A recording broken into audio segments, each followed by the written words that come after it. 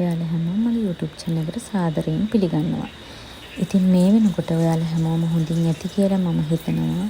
අපේ ලංකාවටම ඇති වුණු ව්‍යසනේ ඒ විදිහටම අපේ ගමට සිද්ධ වුණා. මගද මේ පොඩි වීඩියෝ ක්ලිප් එක කරන්න හිතුවේ මම මාසෙකට කලින් වීඩියෝ එකක් දැම්මා අපේ ආරාමේ කටින පින්කම ගැන.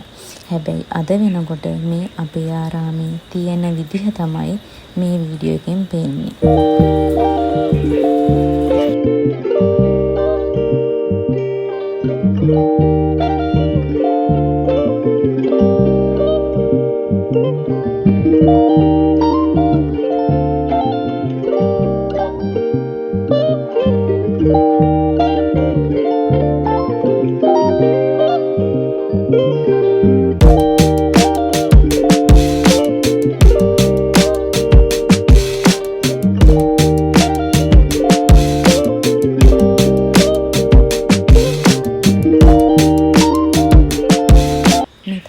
පන්සල මේ නායෑමෙන් අපේ පන්සලට කිසිම හානියක් වුණේ නැහැ. අපේ පන්සල ඒ තිබ්බ විදිහටම ආරක්ෂා වෙලා තියෙනවා. ඉතින් මේක තමයි ලෝක ස්වභාවය.